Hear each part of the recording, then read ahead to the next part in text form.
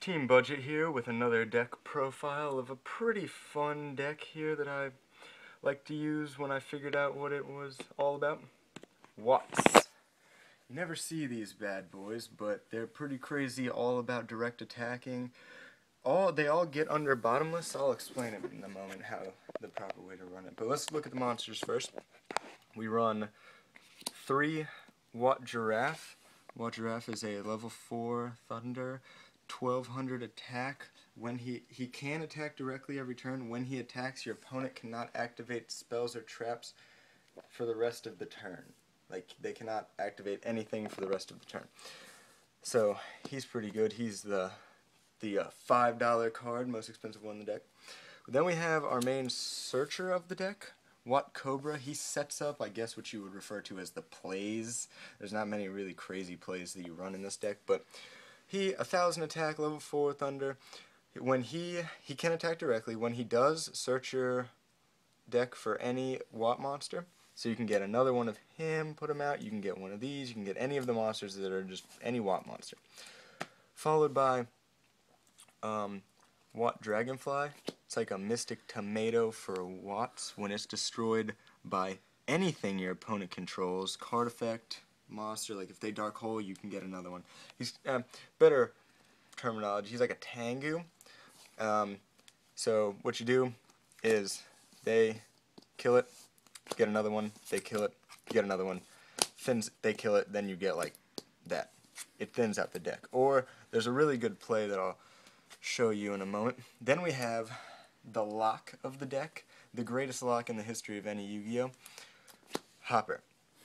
1 star, 0 attack, 0 defense. He's a target for any of your Watts and your 1-for-1. Your opponent cannot target any other Watt monster for battle or card effect. So you get 2 in defense mode, and you have your Cobra, and they can't attack. The only way that gets around that is another deck that attacks directly. And he sets up, he makes people, they don't know what to do in that situation. They have to exhaust Dark Holes and everything. Then we have the Tuner. His effect doesn't really matter. When he's destroyed, your opponent can't activate spells or traps for the rest of the turn, or monster effects.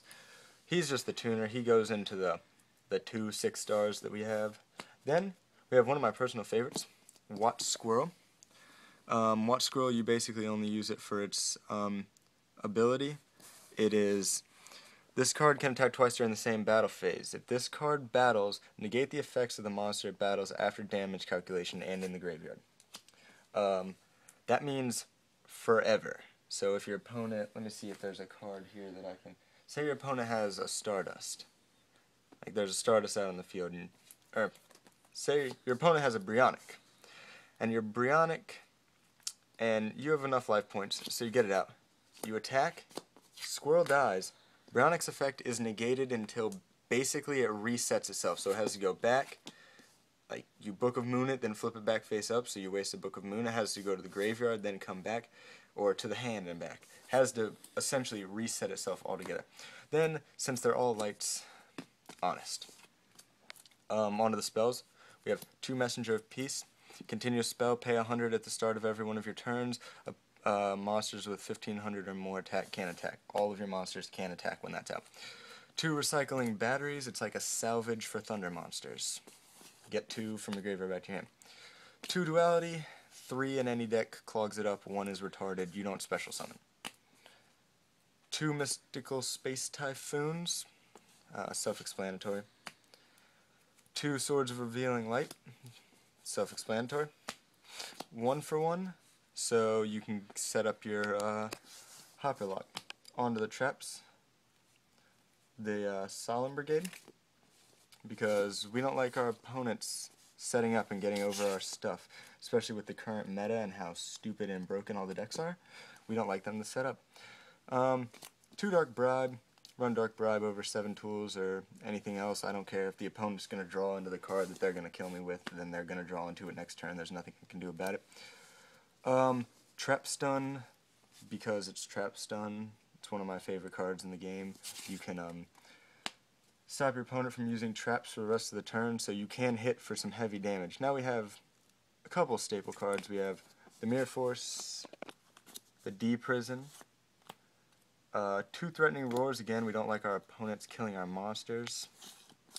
And 2 Bottomless. We don't like our opponent getting our bad boys out. And we have exactly 3 Synchros in the extra deck. 2 Watt Chimera 1400. You use a 4-star, and then it needs a Watt tuner and 1 more non-tuner Thunder types. So you use Fox, the only 2-star tuner, and then the Cobra or one of the above.